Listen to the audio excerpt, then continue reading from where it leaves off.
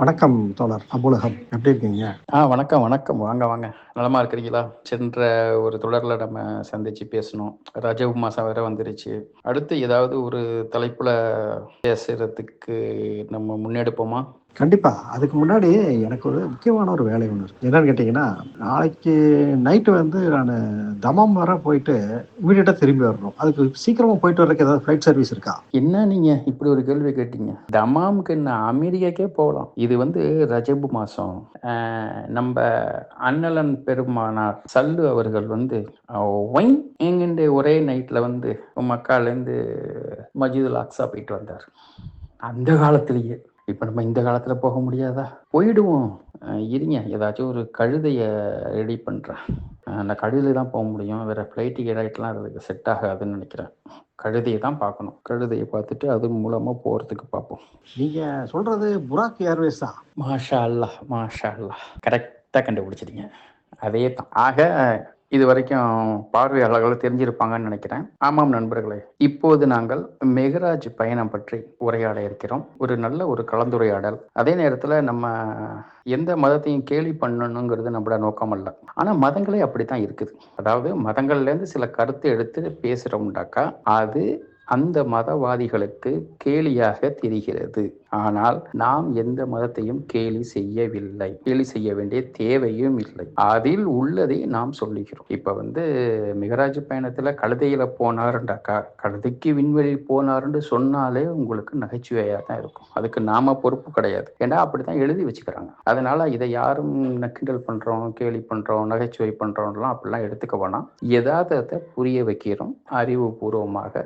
அவங்க நூல்ல உள்ளதை மட்டும்தான் எடுத்து சொல்றோம். நாங்களா எதுவும் சுய சேர்க்கையெல்லாம் இதுல சேர்க்கவில்லை என்பதை பார்க்கும் மூமின்களும் மற்றவர்களும் புரிந்து கொள்வீர்கள் என்று நாங்களும் நம்புகிறோம். நாம எந்த நம்பிக்கையும் கேலி செய்யணும்னு நினைச்சு செய்யறது இல்லை. இருக்கிறத பேசுறோம். காமெடியெல்லாம் வருது இல்ல, உங்களை நீங்களே கலாச்சிக்கிட்டா நாங்க என்னடா பண்றது அப்படின்னு கேட்பாங்கல்ல, அந்த மாதிரிதான் இருக்கு இது. ஆமா தோழர் தஞ்சால், சரியா சொன்னீங்க. நமக்கு கேலி செய்யணும் நோக்கம் இல்லை. நம்ம கேலி செய்ய போறதும் இல்லை. ஏன்னாக்கா நாம அந்த நோக்கம் அதுக்குள்ள சிக்கிக்கிட்ட மக்களை மீட்டெடுக்கிறதுக்கு அவங்களோட கட்டமைப்பு அதே மாதிரி. அதனால தான் நம்ம அதை விமர்சிக்கிறோம். இப்போ நம்ம தொடர்ந்து அந்த விமர்சனத்துக்குள்ளேயே நம்ம போயிடுவோம். அல்லாவின் நாட்டப்படி நீங்களே அந்த மெகராஜ் பயானை நீங்க ஆரம்பிச்சு வைங்க. நானும் தொடர்றேன் கூடவே. மெகராஜ் பயணத்தை பத்தி பேசணும்னா நிறைய இருக்குது அதுல பேசுறேன். முதல்ல அவருடைய பின்னணியிலேருந்து வருவோம். எடுத்தோன்னே அவரு வானத்துக்கு போனாருன்னு சொன்னா நல்லா இருக்காதுல்ல. அதனால அதுக்கு முன்னாடி இருக்கிற கால சூழ்நிலையை கொஞ்சம் சொல்லிட்டு நம்ம வருவோம். சுவாரஸ்யமா இருக்குது. சொல்லுங்க, நானும் கேட்கிறேன், மக்களும் கேட்கட்டும். நம்ம முகமது இருக்காரு இல்லையா, 40 வயசுல தன்னை தூதர்னு சொல்லிக்கிட்டாரு. அதுக்கப்புறம் அவரு ஒரு 2-3 வருஷம் அமைதியா இருந்துட்டு வெளிப்படையா பேச ஆரம்பிக்கிறாரு. வெளிப்படையா பேச ஆரம்பிக்கும் போது பல விஷயங்களை சொல்றாரு அவரு. ஆனா அந்த மக்கள் பெருசா எதையுமே ஏத்துக்கல. முகமது தன்னை எப்படி கடவுளோட தூதர்னு சொல்லிக்கிட்டாரு அப்படிங்கிறது அது தனி டாபிக். அதை பின்னாடி பேசுவோம். அவர் தன்னை கடவுளோட தூதரா வெளியே சொல்ல ஆரம்பிச்சதுக்கு அப்புறம் நடந்ததுதான் இந்த சம்பவம். ஆமா கரெக்ட். நம்ம மெகராஜை மட்டும் மையப்படுத்தியே பேசுவோம். முகமது அல்லாஹ் தான் பாதுகாக்கிறான் அப்படின்னு என்னதான் சொல்லிட்டு இருந்தாலும் அவரை பாதுகாத்தது என்னவோ அவருடைய சிறிய தந்தையா இருந்த அபு தாலிப் தான். அவரு பாதுகாப்பு இருந்தது. அப்புறம் அவருடைய மனைவி கதிஜாவுடைய செல்வம் இருந்தது. அது அவரை பாதுகாத்துட்டு இருந்தது. இவங்க 2 பேருமே போனதுக்கு அப்புறம் அவருக்கு என்ன பண்றதுன்னு தெரியல. இவருக்கு ஒரு ஆதரவு இல்லாத ஒரு நிலைக்கு போயிட்டாரு. இந்த சூழ்நிலையில அவருக்கு எந்த ஆதரவும் இல்லை, பணபலமும் இல்லை, ஆள் பலமும் இல்லை. அப்படி நொந்து நூடுல்ஸ் ஆகி என்ன பண்றதுன்னு தெரியாம விரக்தியில காபால மல்லாந்து கிடக்கும் போதுதான் மெகராஜ் பயணத்துடைய துவக்கம் நடக்குது. தோழர் அபுலகம், நீங்க தொடருங்க. எனக்கு இங்க இந்த மெகராஜ் பயணம் எப்பங்கிறதுல இவங்களே நிறைய குழப்பத்தை உருவாக்குறாங்க. நபித்துவம் கிடைத்த ஆண்டு மெகராஜ் போனதா தபரி சொல்றாரு. நபித்துவம் கிடைத்து 5ஆம் ஆண்டு அப்படின்னு நவபியும் குர்திபியும் சொல்றாரு. நபித்துவம் கிடைச்சி 10ஆம் ஆண்டு அப்படின்னு ஒரு கருத்து வருது. ஹிஜ்ராவுக்கு 16 மாசத்துக்கு முன்னாடி, அதாவது நபித்துவத்தில் 12வது ரமலான் மாதத்துல வந்ததா ஒரு கருத்து சொல்றாங்க. ஹிஜ்ரிக்கு ஓராண்டு 2.5 மாதம், அதாவது 13ஆம் ஆண்டு முஹர்ரத்துல வந்துச்சுன்னு ஒரு கருத்து சொல்றாங்க. ஹிஜ்ராவுக்கு ஓராண்டுக்கு முன்னாடி 13ஆம் ஆண்டு ரபியுல் அவ்வல் மாசத்துல வர்றதுங்கிறாங்க. முஹர்ரம், ரபியுல் அவ்வல், ரஜப், இதுல எங்கத்தான் வந்துச்சுங்கிற முதல் குழப்பமே இருக்குது. இந்த முதல் குழப்பத்துக்கு ஒரு தீர்வே இல்லை. ஏன்னாக்கா ஹதீஸ்கள்ல தான் இந்த தகவல்லாம் வருது. அதனால ஹதீஸ்களை பார்த்தீங்கன்னாக்கா அதுவும் இரட்டை நிலையில தான் கட்டமைக்கப்பட்டு இருக்கிறது. இதை பத்தி உங்களோட கருத்து என்ன? இதுக்கு சிம்பிளான ஒரு பதில் இருக்குது. ஏன் இந்த குழப்பம் வந்திருக்கு அப்படிங்கிறது. அதுக்கு முன்னாடி இந்த விண்வெளி பயணம்ங்கிறது முகமது மட்டும்தான் போனாரா அப்படின்னு ஒரு கேள்வியும் இருக்குதுங்க. இதுக்கு முன்னாடி வேற யாருமே போனது இல்லையா? ஆமா, அந்த கேள்வி நல்லா சுவாரஸ்யமான கேள்வி. அது நல்லாவும் இருக்கும். நீங்களும் சொல்லுங்க. சின்ன சின்ன இதை வந்து நானும் எடுத்து சொல்றேன். சொல்லுங்க. இஸ்லாத்தை நம்ம ஒரு ஆராயணும்னு நோக்கத்துல நான் போகும்போது இந்த இஸ்லாம் இப்படிலாம் வந்ததுன்னு பாக்குறப்ப ஏராளமா பாத்தீங்கன்னா எல்லாமே காப்பி பேஸ்ட் தான். இப்ப இந்த மிகராஜ் சம்பந்தப்பட்டதையும் பாத்தீங்கன்னாக்கா எங்க இருக்குன்னாக்கா கிரேக்க புராணங்கள்ல இருக்குது. ஓர்பியஸ் பயணம் வருது கிரேக்க புராணத்துல. ஓர்பியஸ் இதுக்கு யூனிவர்ஸ்க்கு போறாரு. அவர் வந்து இறந்து விட்டவங்களை வந்து உலகை கடந்து மறுமை வாழ்க்கை புரிகிற மாதிரி வருது. இது நம்ம மிகராஜ் கதையில தான் ஓடுது. கதைகள் தழுவல் தான் இது. இப்படி முகமதுக்கு முன்னாடியே பார்த்தீங்கன்னாக்கா ஓர்பியஸ், அர்தாவிராப், ஹெர்கலேஸ், ஜம்ஷீத், மித்ரா இவங்கெல்லாம் இதை ஏற்கனவே முடிச்சுக்கிறாங்க. இதுல தொடர்ச்சியா தான் நம்ம ஆளுங்களும் கதையை ஆரம்பிச்சுக்கிறானுங்க. அதாவது நேரில் நம்ம என்ன சொல்றோம்டாக்கா இந்த மிகராஜ் அற்புதம் கிடையாது, மூஜிசஸ் கிடையாது, இதெல்லாம் ஏற்கனவே கிரேக்க பாரசீக புராணங்களில் உள்ள கதைகளில் தழுவல் தான் இது. ஆமாங்க அபுலகம். இந்த கதை வந்து புதுசு கிடையாது. இந்த ஜொராஸ்ட்ரியன்ல அர்தாவிராப் அந்த ஸ்டோரி எடுத்து பார்த்தீங்கன்னா அப்படியே நம்ம தலைவர் முகமதுடைய மிகராஜ் பயணத்துல அப்படியே மேட்ச் ஆகும். அந்த அர்தாவிராப் என்ன பண்றாருன்னா, அவர் ஒரு மதபோதகராக இருக்காரு. அவர் போதிச்ச அந்த கொள்கைகள் வந்து அந்நியர்களால் கொஞ்சம் புனிதம் கெட்டு போச்சு, அதனால வந்து கடவுளை போய் பார்த்துட்டு வந்து இதுதான் உண்மை அப்படின்னு நிரூபிக்கணுங்கிறதுக்காக விண்வெளிக்கு போனதாகவும், விண்வெளி பயணத்துக்கு முன்னாடி வந்து அவருக்கு ஒயினோ, அப்புறம் மாங்குன்னு ஒன்று, அப்புறம் வேற என்ன ஹோமான்னு ஒன்று, இந்த மாதிரி 3 பானங்கள் கொடுத்தாங்க. இதெல்லாம் என்னன்னு கேட்டிங்கன்னா, ஒயின் உங்களுக்கு தெரியும், நம்ம ஊரில் இந்த பாங்குன்னு ஒன்று இந்த நார்த் இந்தியன்லாம் பார்த்துருப்பீங்க. அது அடுத்தது வந்து நம்மளால இந்த இந்து மத வேதங்களில் இருக்கிற சோமபானம். இந்த 3 பானங்களில் வந்து அவர் எதை எடுத்து குடிச்சாரு இப்படிங்கிற மாதிரிலாம் போகும். அவர் அதே போல் அங்கே போய் நிறைய நரக காட்சிகளை எல்லாம் பார்த்துருக்காரு. அங்கே இப்படியெல்லாம் தண்டனை கொடுக்குறாங்க, இப்படியெல்லாம் பார்த்ததாகவும் வந்து அந்த கதைகள் வந்து வரும். அதுக்கும் இதுக்கும் எந்த வித்தியாசமும் இல்லை. இஸ்லாம் பற்றிய புரிதல் மக்களுக்கு இதெல்லாம் இப்படிலாம் இருக்குன்னு கொஞ்சம் ஆராய்ச்சி பண்ணாங்கனாக்கா ஆட்டோமேட்டிக்காக வெளியே வந்துடுவாங்க. ஏன்டாக்கா குரான் சொல்லுது சிந்திக்க மாட்டீர்களா அப்படிங்கிறது. ஆனால் இவங்க சிந்திக்கவே மாட்டேங்கிறாங்க. இன்னும் நம்ம நிறைய பேச வேண்டியிருக்குது. ஸ்கூலில் படிக்கிற காலத்தில் அறிவியல் பாடங்கள்லாம் சொல்லுவாங்க, விண்வெளிக்கு போன முதல் மனிதர் வந்து ஆம்ஸ்ட்ராங் தான், அவர் தான் நிலவில் காலில் எடுத்து வைத்தார் இப்படின்னெல்லாம் சொல்லுவாங்க.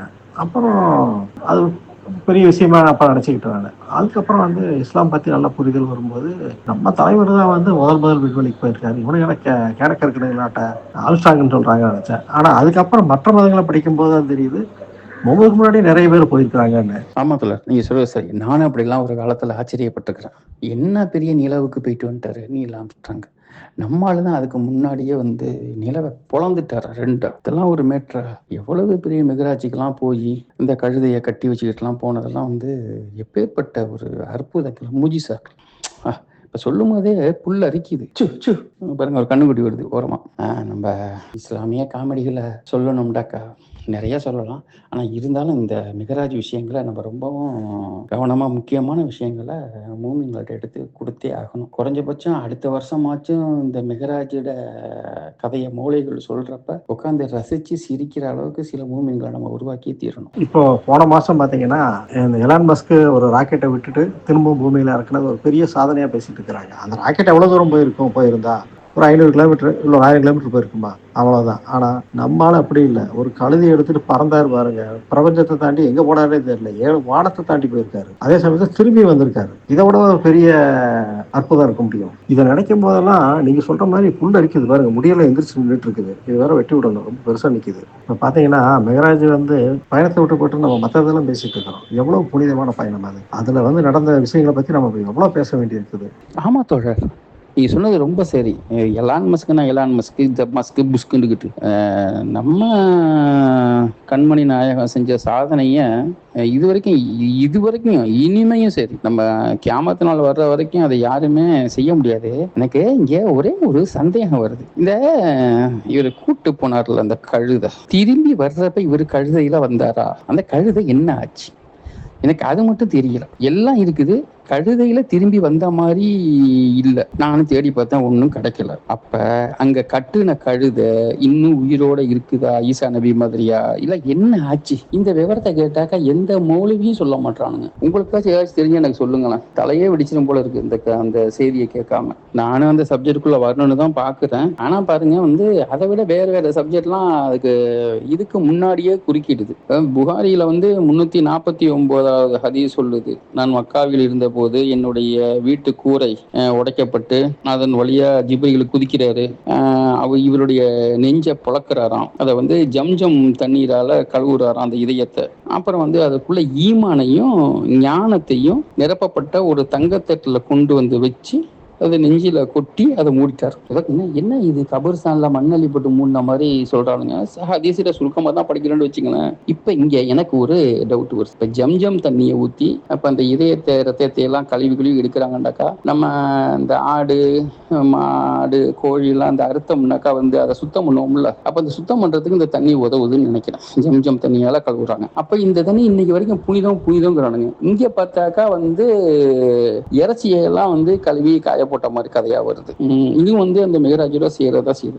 எனக்கு இதுல இன்னொரு டவுட் என்னன்னாக்கா, இந்த ஹதீஸ் இதுல வருதுன்னு நினைக்கிறேன். அகமதுலயே நசையிலேயே ஒண்ணு வருது, ஒண்ணுல முஸ்லிம்ல வருது. ஒண்ணு சிறு குழந்தையா இருக்கிறப்ப ஹலிமாட்ட பால் குடிச்ச காலத்துல இருந்து ஒரு கதை வருது. அதுக்கப்புறம் அது 4 வயசா 3 வயசா அப்படிங்கிறது தெரியலன்னு ஒரு கதை போகுது. இன்னொன்னு இவருக்கு நல்லா நபியானதுக்கு அப்புறம் ஒரு கதை வருது. இந்த 2 கதையில எது சரி? இப்ப கூட நம்ம இதுல மெஹராஜ் சம்பந்தப்பட்ட செய்தியோட தான் சேர்ந்து தான் நம்ம பேசிட்டு இருக்கிறோம். இந்த ஜம்ஜம் தண்ணி ஊத்தி கழுவுன கதையோட பாத்தீங்கன்னாக்கா, பைபிள் எசேக்கியேல்ல 36வது அத்தியாயம் 25ல வருது. நான் சுத்தமான ஜலத்தை தெளிப்பேன், நான் உங்களுடைய அசுத்தங்களை எல்லாம் நரகளை எல்லாம் விக்கிரகங்களை எல்லாம் நீக்கி சுத்தமாக்குவேன், உங்களுக்கு புதிய இதயத்தை கொடுத்து உங்கள் உள்ளத்தில் புதிய ஆவியை கட்டளையிட்டு கல்லான இருதயத்தையும் உங்கள் மாமிசத்தை எடுத்துவிட்டு சதையான இருதயத்தை கொடுப்பேன். எசேக்கியேல் 36:26. அதாவது 36வது அத்தியாயத்துல 25லயும் 26லயும் இப்படி வருது. இதைத்தான் இங்க இவங்க காப்பி பேஸ்ட் பண்ணிக்கிறாங்க. முகமத கழுதையில கூட்டிட்டு போனாங்க. ஜிப்ரீல் அந்த கழுதை இல்லாம கோவேறு கழுதை இல்லாம 2 கேட்டானா ரெக்கை இருக்கிற ஒண்ணு. இதே இன்னும் டீட்டெயிலா சிலதுல போகுது.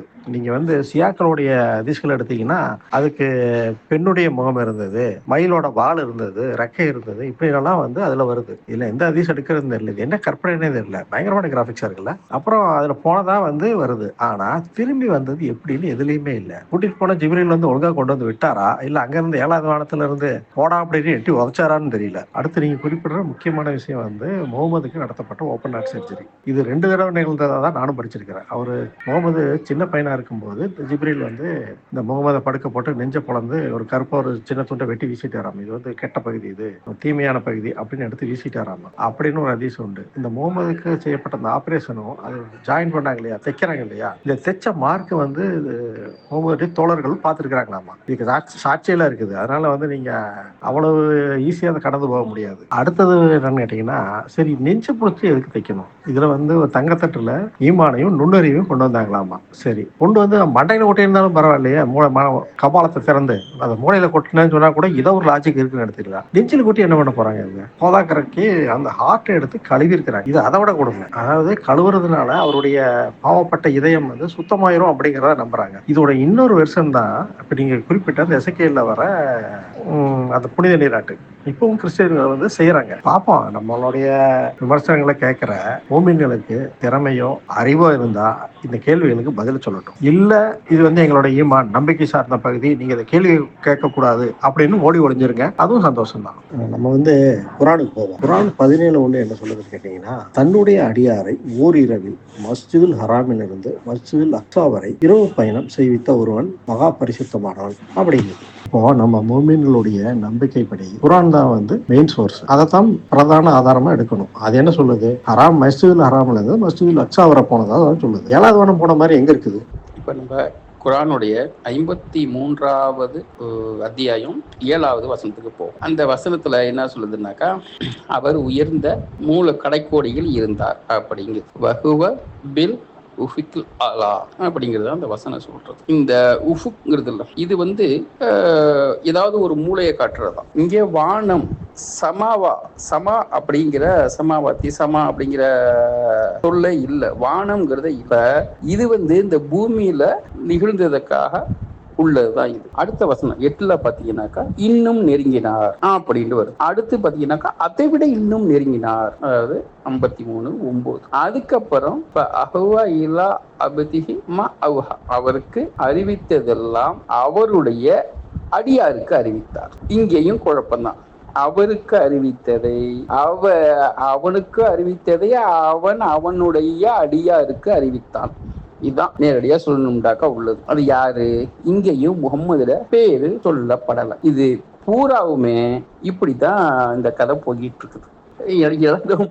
இழந்த மரத்துக்கு பக்கத்துல, இழந்த மரத்து அடியில. அடுத்த வசனத்துல பாத்தீங்கன்னாக்கா இந்த ஜன்னத்துல் மாவா, அதாவது இதுக்கு பக்கத்துல தான் சொர்க்கம் இருக்குது. நல்லா கவனிச்சிங்க, இது எங்கேயுமே விண்வெளி வானொண்டு வரவே இல்லை.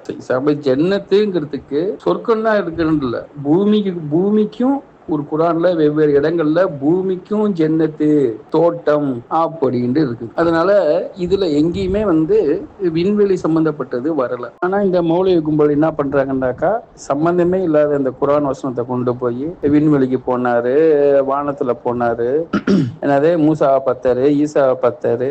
அந்த மூசா கதை இன்னும் கொஞ்சம் காமெடியான கதை வேற இருக்கு. இதுல நம்ம பேச வேண்டிய இன்னொரு முக்கியமான செய்தி என்னன்னாக்கா, அங்க ஹூவ அவன் அப்படின்னு குறிப்பிடுது இல்ல, இவனுங்க மொழிபெயர்ப்புல அவர்னு போட்டுக்குவானுங்க. அதே இது அல்லாஹ்க்கு ஹூவான்னு வர்றப்ப அவன் போடுவானுங்க, ஷைத்தானுக்கு வர்றப்ப அவன் போட்டுக்குவானுங்க, முகமதுக்கு வர்றவங்க மட்டும் அவர்னு போட்டுக்குவானுங்க, மூசாக்கு வந்தாக்கா அவர்னு போட்டுக்குவானுங்க. இதுவே ஒரு தில்லாலங்கடி. ஏன் உனக்கு என்ன மொழி இருக்குது அதான மொழியில மொழி பெயர்ப்புல போடணும், ஏன் இங்க ஏன் இன்னு மாறி மாறி வருது? இதுக்கு இவங்கள்ட்ட பதில் கிடையாது. இன்னும் சொல்ல போனாக்கா இவங்க பாஷையில சொல்லணும்னா இதே ஷிர்கு. சரி, இந்த 53ல நஜ்முல ஹூவாங்கிறது யாரை குடிக்குது? ஒரு முகம்மதுன்னாக்கா அதில் நேரடியாக பேர் சொல்ல வேண்டியதானே. அல்லாஹ் எதையும் மறப்பான் இல்ல, வெக்கப்பட மாட்டான், இப்படி எல்லாம் சொல்லிட்டு முகம்மதுன்னு சொல்லாம இருந்தா என்ன அர்த்தம்? இதுகள்லாம் இந்த வகை அவர் வாயாலேயே வருது. இதான் குறிப்பிடு. இப்ப அல்லாஹுக்கு உள்ள ஹூவாங்கிறது பாத்தீங்கன்னாக்கா இதுல குழு அல்லாஹ்ல வரும், அவனுக்கு வரும். அதே மாதிரி 7வது அத்தியாயம் 150ல பாத்தீங்கன்னாக்கா அவன் இருக்கும், அது யாருனாக்கா மூசா அப்படிம்பானுங்க. இதே மாதிரி ஹூவாங்கிற வார்த்தை மூசாவை குறிக்குது, அப்புறம் மேல யூசுபை குறிக்குது, அப்புறம் மேல வேற வேற இடத்துல இந்த சமூகங்கிற மாதிரி சமூத் அப்படிங்கிற இடத்துல குறிக்குது. இப்படி எல்லாம் வருது. ஆனா இங்க எங்கேயுமே இந்த மெகராஜ் சம்பந்தப்பட்ட மேட்டர்ல முகம்மது என்று நேரடியா குறிக்கவே இல்லை. குரான் பூராவுமே முகம்மதுங்கிற பேர் இல்லைன்னு வச்சிங்களேன், சரிப்பா இவருக்கே வந்த வகித்தான், அதனால இவர் பேர் இல்ல அப்படி வச்சுக்கலாம். ஆனா இங்க என்ன பண்ணி வச்சுக்கிறானுங்க, முகம்மதுன்னு ஒரு அத்தியாயம் வரை வச்சுக்கிறானுங்க. முகம்மதுங்கிற பேர்ல ஒரு அத்தியாயம் இருக்கு. அது அல்லாம 3வது அத்தியாயத்துல ஒரு இடத்துல முகம்மதுங்கிற வார்த்தை வருது. அதே மாதிரி 33வது அத்தியாயத்திலையும் ஒரு இடத்துல முகம்மது வருது. அதே மாதிரி 47 அந்த முகம்மது பேர்லயே உள்ள அத்தியாயத்திலையும் முகம்மது வருது. அதே மாதிரி 48வது அத்தியாயத்திலையும் முகம்மதுங்கிற பேர் வருது. அப்ப 114 அத்தியாயம் கொண்ட குரான்ல ஒண்ணு நீ போடாவிட்டாக்கா நீ எல்லா இடத்துலயும் போடாம வந்திருக்கும். அப்ப இந்த 4 இடத்துல மட்டும்தானே முகம்மதுன்னு வருது. அப்ப பாக்கி இடத்துல எல்லாம் ஹூவான்னு வந்தாக்கா அதை எப்படி நம்ம முகம்மதுன்னு எடுத்துக்க முடியும்? ஹூவாங்கிறது பொதுவான வருத்ததுன்னு அல்லாஹ்க்கு வருது, மற்றாருக்கு வருது. அப்ப இந்த இடத்துல நம்ம எப்படி கொடுக்க முடியும்?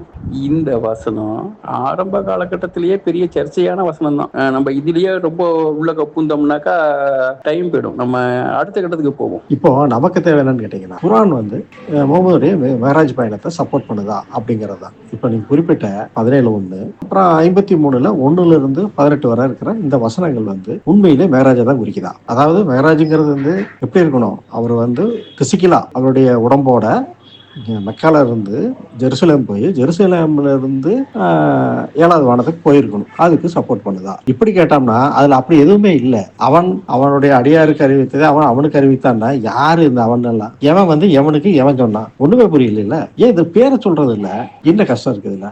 இப்போ இவங்க சொல்ற மாதிரி வச்சுக்குவோம், அல்லாஹ் ஜிப்ரீலுக்கு சொன்னதை ஜிப்ரீல் முகமதுக்கு சொன்னாரு அப்படின்னா இந்த பேர் சொல்றதுல என்ன கஷ்டம் இருக்குது இதுல? அடுத்து அவன் அவர்ங்கிற பிரச்சனை. தமிழ்ல உயர்திணை அக்ரிணை இப்படின்னு அந்த பதங்களுக்கு தகுதி இருக்குது. ஆனா இப்போ இங்கிலீஷ் எடுத்தாலும் சரி, நீங்க அரபி எடுத்தாலும் சரி, இல்ல வேற லாங்குவேஜ்ல எடுத்தாலும் மரியாதைக்கு உரிய சொல்ல அந்த அவர்னு சொல்றோம் இல்லையா, அந்த மாதிரி ஒரு சொல் கிடையாது அதுல. இங்கிலீஷ் எடுத்தோம்னா யூனா அது நீன்னு சொல்லிக்கலாம், நீங்கன்னு சொல்லிக்கலாம். அதே கதை தான் இங்கேயும். அப்ப அப்படி பார்க்கும்போது குரான்ல வந்து அப்படி இல்லை அப்படிங்கும்போது அவன் தான் மொழிபெயர்த்திருக்கணும். முகமது அவன் சொல்ல மாட்டாங்க. ஏன்னா அல்லாஹ் அவன் சொன்ன ஒரு பிரச்சனையும் கிடையாது, அது ஒரு ப்ராப்ளமும் இல்லை. ஆனா முகமது அவன் சொல்லிட்டு அப்புறம் அவ்வளவுதான், உலகமே அழிச்சு போயிடும். பேரு சொல்றதுல எந்த கஷ்டமும் இல்லை தோழர். ஆனா இதெல்லாம் அப்படி நடக்கவே இல்லை. முகம்மது எங்கேயும் போகவும் இல்லை, எதுவும் செய்யல. இதெல்லாம் பின்னாடி சொருகப்பட்ட வசனங்கள். அதாவது யூத கிறிஸ்தவத்திலிருந்து மதம் மாறி வர்றாங்கல்ல, அவனுங்க பாக்குறவங்க ஏதோ வந்து மாட்டிக்கிட்டோம், சரி நம்மட கட்டமைப்பை நம்மட மதத்தையே இங்க கொண்டு போய் திணிச்சிருவோன்ட்டு அந்த யூத கிறிஸ்துவ குப்பைகளை, மறுபடியும் சொல்றேன், யூத கிறிஸ்துவ குப்பைகளை இஸ்லாம் மதத்துக்குள்ள நுழைச்சு விட்டாங்க. ஆனா சிக்கல் என்னண்டாக்கா, இதுல முக்கியமான சிக்கல் என்னண்டாக்கா, இந்த மக்கால இருந்து மஸ்ஜித் அக்ஸாக்கு போனதுன்னு இருக்குல்ல, அந்த புள்ளியிலேருந்து தான் இங்க வந்து அந்த ஆக்கிரமிப்பு அரசியலும் மத அரசியலும் இன்னைக்கு வரைக்கும், இன்னைக்கு காசா இந்த பிரச்சனைக்கெல்லாம் இந்த ஒரு வசனம் ஒரு முக்கியமான காரணமா இருக்குங்கிறதையும் நம்ம மறந்துடக்கூடாது. ஆனா இந்த அவருக்கும் இங்க சிக்கல் இருக்குல்ல, அதாவது ஷிர்க் ஆயிடுது. அல்லாஹ்வை விட நீ வந்து முகம்மதுக்கு மரியாதை கொடுக்குற அப்படின்னாக்கா அது ஷிர்க் ஆயிடுமே. நீ தானே சொல்ற அல்லாஹ், அதாவது முகம்மதை வந்து மதிக்க வேண்டிய இடத்தில் மதியுங்கள், புகழ வேண்டிய அளவில் புகழுங்கள், என்னை வந்து ஈசாவை கிறிஸ்துவர்கள் புகழ்ந்த மாதிரிலாம் புகழாதீங்க அப்படிங்கிற. அப்படி சொல்லிட்டு அங்க அவன்ட்டு இங்க அவருங்கிற, இதுவே ஒரு ஐக்கியத்தனம் தானே. இது நம்ம டாபிக்ல இல்ல, இருந்தாலும் நீங்க காசான்னு சொன்னதுனால என் மைண்ட்ல தோணுது சொல்றேன். இவனுக்கு வந்து எங்களை துரோகம் பண்ணிட்டாங்க, அப்படி பண்ணிட்டாங்க, இப்படி பண்ணிட்டாங்கன்னு இஸ்ரேல்காரன் மேல பாயறானுங்களே. குரான்ல ஒரு இடத்துலயாவது பாலஸ்தீனம்னு இருக்கா? இஸ்ரேல்னு இருக்குது, அவங்க வந்து உயர்ந்த சமுதாயமா இருந்தாங்க, அங்க வாழ்ந்தாங்கன்னு இருக்கு, எல்லாமே இருக்குது. ஆனா குரான்ல இருக்கிற அந்த இஸ்ரேலை ஒத்துக்க மாட்டேங்கிறானுங்க. ஆமா தோழர் தச்சால், நம்ம இதை பத்தி ஒரு தனி பதிவுல பேசுவோம். இப்ப பேச போனா இப்ப நம்ம வந்து நம்ம மெகராஜுக்கு போயிடுவோம். நான் கூட டக்குன்னு அதோட அந்த தொடர்ச்சியோட இருந்தேன்னா அந்த இதை நான் சொல்லி சொன்னேன். நம்ம இதை வந்து தனி டாபிக்கா போட்டு இதுல உள்ள அந்த பழைய ரகசியங்கள் ஹதீசுகளை உள்ளது, இந்த குரான்ல உள்ளது, எப்படி எப்படிலாம் இந்த சிக்கல் உருவானுச்சு, யூதர்கள் செய்த அயோக்கியத்தனம் என்ன, அதுக்கப்புறம் இந்த சிலுவை போர்ல உள்ள பிரச்சனை, இதையெல்லாம் ஒரு நாள் நம்ம விவரமா பேசுவோம் மக்களுக்காக. தோழர், முகம்மது இந்த மிஹ்ராஜுக்கு போனப்ப மூசா வந்து கபூர்ல நின்றுட்டு தொழுதாருல, அந்த கதை தெரியுமா உங்களுக்கு? கபூர்ல நின்று தொழுதுக்காரு, அதாவது ஜனாஜா எந்திரிச்சு தொழுவுது. இவனுங்க ஏற்கனவே ஜனாசாக்கு தொழுக வைக்கிறானுங்க, ஆனா இங்கே பாத்தீங்கன்னாக்கா ஜனாசாவே தொழுவுது. அந்த கதை தெரியுமா உங்களுக்கு? இந்த கதையை நான் படிச்சது இல்லை, பட் கேட்டிருக்கேன். கபர்ல நின்று தொழுத மாதிரி எல்லாம் சிலர் கேட்டிருக்கேன். பட் மூசா தான் தொழுதா அப்படியான்னு தெரியல. அந்த ஆளு வானத்தில இருந்தான், 3வது வானத்துல 4வது வானத்திலே தான் இருந்தான். அவர் எப்படி கபருக்குள்ள வந்து தொழுதா? அப்படி இந்த ஹதீஸ் எப்படி சொன்னாங்க, இப்னு கை கூறுறாரு, நபி வந்து மெஹராஜுக்கு தன் உடலுடன் சென்றார் பயணம். மஸ்ஜிதுல் ஹராமி தொடங்கி பைத்துல் முகத்தஸ் வரை சென்றார். ஜிப்ரியல் வந்து நபியை வந்து புராக் வாகனத்தில் அழைச்சிட்டார். புராக் வாகனம் மஸ்ஜிதுல் அக்ஸாவுடைய கதவில் வளையத்தை கட்டிவிட்டு நபிமார்கள் அனைவரும் இமாமாக இருந்து தொழுகை நடத்தினார். இது வந்து மஸ்ஜித் பைத்துல் முகத்தஸ்ல நடந்தது. ஆனா முஸ்லீம் ஹதீஸ் 251ல இந்த இறை தூதர்களுடைய ஒரு கோஷ்டி வந்து அங்க நின்றது ஆகும், முகமது தொழுகு வச்சதாகவும் ஒரு ஹதீஸ் இருக்குது. சரி, அந்த ஹதீஸ் என்கிட்ட இருக்குது, நான் அதை அப்படியே படிச்சிடுறேன். எப்படி வருதுன்னு கேட்டீங்கன்னா, இந்த முகமது வந்து மிராஜ் போயிட்டு வந்ததுக்கு அப்புறம் யாரும் நம்பல. என்கொயரி பண்ணும்போது அவருக்கு சில காட்சிகள் காண்பிக்கப்பட்டதாமா, அங்க அப்ப என்ன நடந்தது அப்படிங்கறத. அதை பார்த்து அவர் சொல்லும்போது இந்த மாதிரி சொல்றாங்க. அதாவது இறை தூதர்களுடைய ஒரு குரூப் அங்க இருந்திருக்கு, அவங்களுடைய தோற்றங்களை பத்தி விவரிக்கிறாங்க. அதுக்கப்புறம் வந்து தொழுகு நேரம் வந்தோடனே அவங்களுக்கு எல்லாத்துக்கும் ஒரு இமாமா நின்று தொழுகு வச்சாரு அப்படின்னு வருது.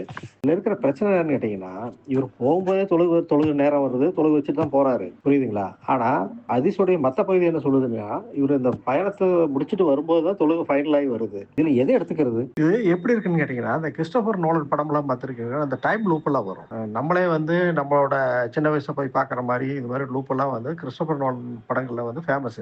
அந்த மாதிரி இருக்குது. இது நம்ம மூமின்க கரகாட்ட கொஸ்டின் இருக்கு இல்லைங்களா, குரான்ல அது இருக்குது, குரான்ல அறிவியல் இருக்குது, புவியியல் இருக்குது, குவாண்டம் பிசிக்ஸ் இருக்குன்னு சொல்லிட்டு இருக்காங்களே. கிறிஸ்டோபர் நோலன் படத்தோடைய கதைகளுக்கு முன்னோடியே குரான் தான் அப்படிங்கிற கரெக்டா பாயிண்டா பிடிச்சிட்டீங்க. இதுதான், அதாவது தொழுகையே இன்னும் அல்லாஹ் வந்து கடமையாக்கவே இல்லை, இப்பதான் போறாங்க. போறப்பவே இவர் வந்து தொழுகிறாரு. மூசா தொழுகிறதாச்சும் ஏத்துக்கலாம், எனக்கு மூசாக்கு ஏற்கனவே கடமையாக்கப்பட்டிருந்தாச்சும் ஒரு கதையை வைக்க முடியும், இவருக்கு வைக்கவே முடியாது. இது முடிஞ்சிருச்சு. தோழர், நம்ம முக்கியமானதை மிஸ் பண்ணிட்டோம் தோழர். நம்ம நபியை பற்றி பேசிட்டோம், அல்லாவை பற்றி பேசிட்டோம், மூசாவை பற்றி பேசிட்டோம், இதெல்லாம் பேசிட்டோம். ரொம்ப முக்கியமான ஒன்றை விட்டுட்டோம். நம்ம கழுதை இருக்குல்ல, புறாக், அதை விட்டுட்டோம் தோழர், அதை விட்டுட்டோம். என்ன பண்ண, எவ்வளவு பெரிய தப்பு பண்ணிட்டோம் நம்ம. ஏண்டாக்கா ஒரு ஹதீஸ் சொல்லுது நேகமா. இந்த ஹதீஸுகள் வந்து புகாரில வருது, திருமதியில வருது, முஸ்லீம்ல வருது. நான் காபாவில் 2 மனிதர்களுக்கு இடையே தூக்கத்திலேயே தூக்கத்தில் இருந்தேன். ஒரு கோவேறு கழுதையை விட சிறியதும் கழுதையை விட மிக பெரியதுமான புராக் என்னும் ஒரு பிராணி என்னிடம் கொண்டு வரப்பட்டது. ஒரு வாகனம் கொண்டு வரப்பட்டது, கடிவாளம் பூட்டப்பட்டு அது சேனமிடப்பட்டு, அதை குதிரை மாதிரியா புராக் கொண்டு வந்து அதில் முகம்மது அவர் ஏற சிரமப்படுறார். உடனே ஜிப்ரீல் முகம்மதிடம் ஏன் இவ்வாறு செய்கிறாய் அப்படின்ட்டு கேட்குது. அவரை விட அல்லாஹ்வின் மதிப்புக்குரிய எவரும் உன் மீது ஏறியதில்லையே அப்படின்ட்டு சொல்லுது. அதோட அதுல உடம்புலாம் வேர்வை வருது. கழுதைக்கு வேக்குது. இல்லைங்க, என்னால சிரிப்பு அடக்க முடியல. உடனே அது பார்வையிட்டு ஒருத்தி தன் குழம்பை எடுத்து வைக்கணும். அதாவது எப்படின்னா அப்படி பறந்து பாஞ்சு, அதாவது ஒளியின் வேகத்துக்கு போகுது. அப்படியா, இப்பதான் என் மனசுக்கு ரொம்ப திருப்தியா இருக்கு. நீங்க இந்த புறாக்க நம்ம மறந்துட்டோம்னாக்கா இந்த வீடியோவே முழுமையாக கழுதைக்கு வேக்குது. இது ஏதோ ஒரு கழுதை ஹதீஸுங்கிற பேர்ல எழுதி வேற வச்சிருக்குது. நான் என்னத்த சொல்றது. ஆமா தோழர், இதே மாதிரி இன்னைக்கு உள்ள காமிஸ் கதைகள்லாம் அன்னைக்குதான் முன்னாடி. ஆனா என்ன ஒண்ணு, அதுக்கு முன்னாடியே கிரேக்கத்திலையும் பாரசீகத்திலையும் யூதனும் இந்த மாதிரி கதைகள்லாம் நிறைய சொல்லிட்டாங்க. அதனால நம்ம ஆள்ட கதை அந்த அளவுக்கு ஜொலிக்கல. இப்ப நம்ம வந்து நம்ம மூசாட கதைக்கு போயிடுவோம். புகாரி முஸ்லீம்ல வர்ற ஹதீஸ் தான். ஒரு மூசா கிட்ட போறாரா. இது மூசாட்ட போனோடனே உனக்கு வந்து அல்லாஹ் என்ன சொன்னான் அப்படின்னு கேட்கிறாரு. உடனே அல்லாஹ் என்னுடைய உம்மத்தின் மீது 50 நேர தொழுகையை கடமையாக்கணும், நான் அதை ஏத்துக்கிட்டு வந்துகிட்டு இருக்கிறேன். உடனே வந்து சொன்னார், 50 நேர தொழுகையை நீங்க கொண்டு போய் சொல்லுங்க, உங்க சமூகம் அதுக்கு சக்தி பெறாது. யார் சொல்றா? மூசா சொல்றாரு, உங்களோட சமூகம் சக்தி பெறாதுன்னு சொல்லிட்டு சொல்றாரு. உடனே இவர் மறுபடி போறார். அல்லா இந்த மாதிரி மூசா சொல்லிட்டாரு, என்னுடைய சமூகம் வந்து சக்தி பெறாது, அதனால வந்து குறைச்சிது. அவனும் குறைச்சான். என்னடா எத்தனை குறைச்சான்? இப்படியே வந்து போறதும் வர்றதும் இதான் ஞானத்தை எல்லாம் கொடுத்துட்டான் பாருங்களேன். இப்ப இந்த கல்வி ஊத்துனது அது இதெல்லாம் இவனுக்கு மறந்துட்டானுங்கன்னு நினைக்கிறேன். இந்த ஞானமெல்லாம் இருந்தா என்ன பண்ணிருக்கணும்? ஒண்ணு எனக்கா இந்த மாதிரி ஞானமெல்லாம் வந்து மூசாக்கெல்லாம் கொடுக்கல. இது முகமதுக்கு மட்டும் ஸ்பெஷலா கொடுக்கப்பட்டது. இதோட தான் போயிருக்கிறாரு இவர். அது ஒரு 2 மட்டும் பைபாஸ் சர்ஜரி பண்ணது. குழந்தையா இருக்கிறப்ப வேற, பெரியவர் வேற. அப்ப இவ்வளவு ஞானம் உள்ளவங்க அந்த 50 வேளை தொழுகைங்கிறப்பவே அப்பவே அவருக்கு என்ன பண்ணிருக்கணும்னாக்கா அதை வந்து சரி பார்த்துருக்கணும். சரி பார்க்கல. அப்ப ஞானம் அங்க வேலை செய்யல போல இருக்குது. கடைசியில ஒரு அணிஞ்சின்னு சொன்ன உடனே மறுபடியும் மூசா சொல்றாரு, இல்ல இதை போய் குறைக்க சொல்லுங்க அப்படிங்கிறாரு. இனிமே சொல்ல மாட்டேன், எனக்கு வெக்கமா இருக்குது. அப்படி யாரு? அல்லாட்ட குறைக்க சொல்றதுக்கு வெக்க. இதுல குறைக்கிறது அடிமை தானே. நீ ஒரு எஜமான்ட்ட போய் கேட்கறதுக்கு ஒரு அடிமைக்கு ஏன் வெக்கம் ஏன் வருது? அச்சப்படுறேன்னு சொன்னாக்கா பரவாயில்ல. இல்ல இதுக்கு மேல போய் அல்லாட்ட கேட்டா அல்லா கோவம் வந்துருமோ அப்படின்னு அச்சப்படுறேன்னு சொன்னா பரவாயில்ல. அதை கூட நீங்க ஒழுங்கா எழுதல, வெக்கப்படுறாரு. என்ன வெக்கப்படுற? புருஷங்க போய் பொண்டாட்டி பேசுற மாதிரியா பெரிய சொதப்பலை பண்ணி வச்சுக்கிறாங்க. நான் இருந்தா கூட ஒழுங்கா எழுதியிருப்பேன் தோழர். பெரிய சொதப்பலை பத்தின அதிகம் நானும் படிச்சிருக்கிறேன். அது பாத்தீங்கன்னா ஒரு பார்வையிட்டும் தூரத்துக்கு வந்து ஒரு பாய்ச்சல்ல போயிருமாமா. உதாரணத்துக்கு இங்கிருந்து நம்ம சூரியனை பார்க்குறோன்னு வச்சுக்கோங்களேன், அந்த தூரத்தை வந்து ஒரு ஜம்ப்ல அது போயிடும். அந்த அளவுக்கு ஸ்பீட் அது. இதுல கொடுமை என்னன்னா, அந்த கழுதைக்கு வேர்வை சுரப்பிகள் இருக்குங்கிறது தான். மிருகங்களுக்கு வேர்வை சுரப்பி இருக்குது. இதுதான் நீங்களும் நானும் வந்து நம்ம எக்ஸ் முஸ்லீம் ஆயிட்டோம். கட்டுப்படணும். அதாவது நபி ஒண்ணு சொன்னாக்கா அதை அப்படியே தலையாட்டி கேட்கணும். இந்த மாதிரி வியர்வை சுரப்பி இருக்குதா, ரத்த நாளங்கள் இருக்குதா, வியர்வை வேக்குமா வேக்காதா, யாரும் டவல் போட்டு தொடப்பா, எதுக்கு அதுக்கு வேர்வை வைக்குது, இப்படிலாம் இந்த மாதிரிலாம் கேட்கக்கூடாது. இதுதான் ஷைத்தாங்கிறது. இதனாலதான் நீங்க உங்களால இஸ்லாத்தையும் புரிஞ்சுக்க முடியல, என்னால இஸ்லாத்தை புரிஞ்சுக்க முடியல. எவ்வளவு பெரிய அற்புதமான மார்க்கம் தெரியுமா இது? இதெல்லாம் கேட்க கூடாது. சொன்னாக்கா அதை அப்படியே கேட்டுக்கணும். எதிர்த்து கேட்க கூடாது. எதிர்த்து கேட்க கூடாது, போட்டு சொல்லுவோம் அப்படிங்கிறோம். இதுக்குதான் தெரியும். இதுக்கு தான் சுத்தி வர்றானுங்க. நம்ம பாட்டுக்கு என்னண்டாக்கா நம்ம பாட்டுக்கு எதிர்த்து கேள்வி கேட்கிறோம். நம்ம தமிழ் சமூகமா இருக்கிறதுனால கேட்கிறோம்னு நினைக்கிறோம். கடைசியில பாத்தீங்கன்னாக்கா கடைசியில 5 ரூபா வந்துட்டாருன்னு வச்சுங்களேன். 5 ரூபா வந்தாக்கா அவர் இந்த சித்திரத்துல் முன்தஹா, அதாவது இழந்த மர அடித்தலிக்கே போயிட்டாங்க. அங்கதான் வந்து முத்துக்களால் ஆன கயிறு பார்த்தாராம். சொர்க்கத்துல மண்ணு கஸ்தூரியா இருந்துச்சான். அந்த என்னென்னமா கதை விடுறாங்க. இப்ப இந்த இழந்த மரத்தடி கதையை பார்த்தீங்கன்னாக்கா இது முழுக்க முழுக்க தமிழ்நாட்டில் இருக்கிற ஹிந்து மதம் இருக்குல்ல, அந்த ஹிந்து மத கதைகளில் இது ரொம்ப முக்கியமானதாக இருக்குது. இது நம்ம சொல்லிடணும். என்னக்கா இவனுங்க என்ன நினைக்கிறானுங்கண்டாக்கா, ஏதோ இதெல்லாம் இஸ்லாத்துக்கு மட்டுமே சிறப்பு சேர்த்தது அப்படின்னு நினைக்கிறாங்க. இல்லை, இந்த இழந்த மரத்து கதையை பார்த்தீங்கன்னாக்கா, இங்கே தமிழ்நாட்டிலேயே கோயில்களில் இந்த சிவாலயம் இருக்குல்ல, சிவன் கோயில்கள் இருக்குல்ல, அங்கே இருக்குது. நம்ம நம்ம பொய்ஜையோட ஊராக இருக்குல்ல, ராமநாதபுரம், அங்கே உத்திர கோசம் மங்கையில் இருக்குது. அங்கே 3000 ஆண்டுகளுக்கு பழமையான இழந்த மரம் இருக்குதும். அதே மாதிரி ஈரோடு மாவட்டத்தில் பவானி சங்கமேஸ்வரத்தில் இருக்குது. அதே மாதிரி திருக்கீழ்வேலூரில் இருக்குது. அதே மாதிரி பூண்டி பக்கத்தில் திருவெண்பாக்கத்தில் இருக்குது. அம்பாள் சமுத்திரத்தில் கிட்ட இருக்கிற திருவிளம்பூர் அங்கே இருக்குது. பிள்ளையார்பட்டி சிவகங்கை மாவட்டத்தில் இருக்குது. இங்கே விநாயகர் கோயிலில் இருக்குது. இந்த மாதிரி இந்த இழந்த மரத்தடி கதை ஹிந்து மதத்தில் நிறையா இருக்குது. இவனுங்க என்னதான் இதெல்லாம் கட்டமைச்சானுங்கன்னே தெரியல. இப்போ ஹிந்து மதமும் இஸ்லாம்னு நம்ம ஒரு வீடியோ பேசுகிறோன்னு வச்சுங்களேன், இன்னும் சூப்பராக இருக்கும். இதையும் நம்ம செய்யணும். இந்த தொழுகையில் தொடர் இன்னொரு கூத்து ஒன்று இருக்குது. இந்த முஸ்லீமில் வர்ற ஹதீஸ்ன்னு நினைக்கிறேன், இப்னு ஜரீர்லையும் இருக்குது. ஆமாம் தோழர், அவ்வளோ நான் முன்னாடி குறிப்பிட்டல ஒரு ஹதீஸு, அந்த பைத்துல் மக்திஸ் அந்த பள்ளியை பற்றி சொன்னேன் இல்லையா, அந்த ஹதீஸுடைய முடிவில் இதுதான் வருது. நரகத்துடைய காவலாளி வந்தாராமா, சலாம் சொல்றதுக்குள்ளார முகமது சலாம் சொல்றதுக்குள்ள அவர் முந்தி சொல்லிட்டாராமா. என்ன பேர்? அதே மாதிரி இந்த தொழுகை அழைப்பறையில இதோட முடியல. அங்க பாத்தீங்கன்னாக்கா அல் பைத்துல் மக்மூர் அப்படின்ற ஒரு இடம் இருக்குதான். அங்க பாத்தீங்கன்னா ஒரு நாளைக்கு 70,000 மலக்குகள் தொழுகிறாங்களாம். அவங்க இதுல இருந்து வெளியே சென்றாக்க திரும்பி இதுல வரவே மாட்டாங்களாம். அவங்க கடைசியா இதுதான் நுழையிறதாம். அதாவது ஒரு நாளைக்கு தினமும் 70,000 மலக்கு. அப்போ எத்தனை வேலை தொழுகைன்னு தெரியல மலக்குக்கெல்லாம். இப்போ மனுஷருக்கு 50 5 ஆக்கிட்டான். இப்போ அவருக்குனாக்கா மலக்குக்குனாக்கா தொழுதுகிட்டே இருக்கணும். இப்போ இங்கே என்ன டவுட்டுனாக்கா, இப்போ இங்கே முகமதுர தொழுகைப்படி அத்தஹியத்தில் அவர் பேரையும் சொல்லிக்குவார், இப்ராஹிம் பேரையும் சொல்லுவார்.